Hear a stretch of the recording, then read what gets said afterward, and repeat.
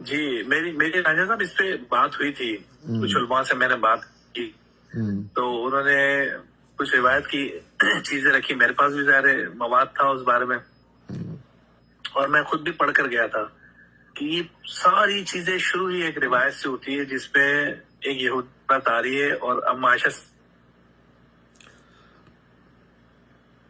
مانگ رہی ہے. اب وہ جو ہے ام عائشہ صدیقہ رضی اللہ عنہ اس کو چیز دے رہی ہے تو وہ ان کو کہہ رہی ہے کہ اللہ تجھے عذاب قبر سے بچائے، اے عائشہ مجھے یہ چیز دے. ام عائشہ صدیقہ رضی اللہ عنہ کہہ رہی ہیں کہ یا رسول اللہ صلی اللہ علیہ وسلم کیا قبر میں عذاب ہوگا؟ تو اللہ کے نبی نے اسی بھی طرح کہا کہ ہاں. اصل میں یہ باتیں قرآن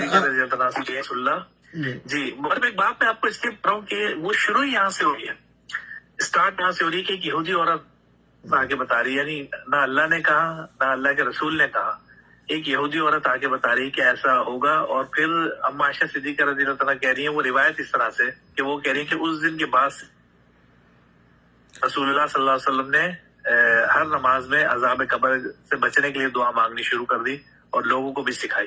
اب میرے لیے یہ تھوڑا سرپرائز تھا کہ ایک یہودی عورت آ کے بتائے گی، نہ اللہ بتا رہا ہے نہ رسول اللہ صلی اللہ علیہ وسلم خود بتا رہے ہیں، اور اس دن کے بعد سے پھر آپ دیکھیں کہ وہ ساری روایتیں وہ اس روایت سے وہ سب آ جاتی ہے.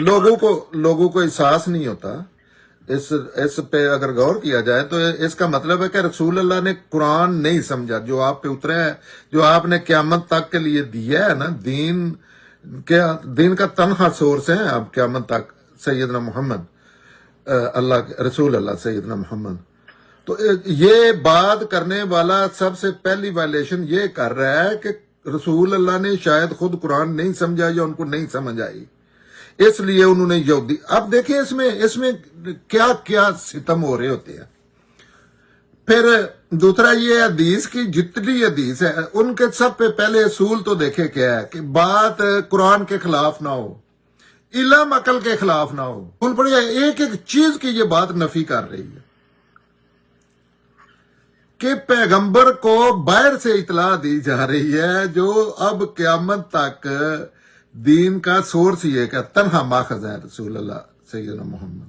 دین وہ ہے جو آپ کی سٹیمپ سے ثابت ہو جائے کہ یہ اللہ کا دین ہے.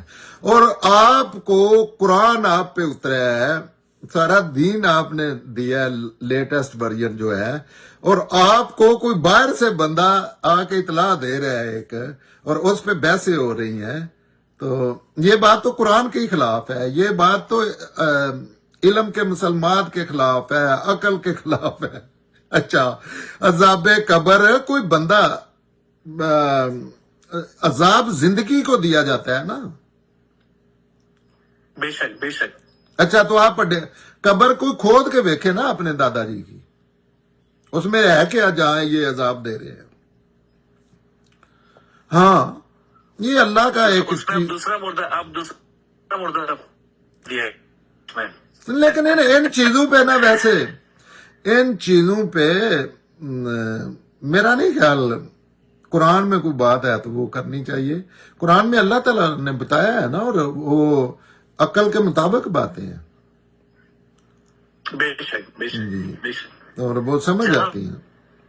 عقل ہوتی ہے وہاں علم آتا ہے، جہاں عقل ہی نہیں ہوتی وہاں علم نہیں آتا. پھر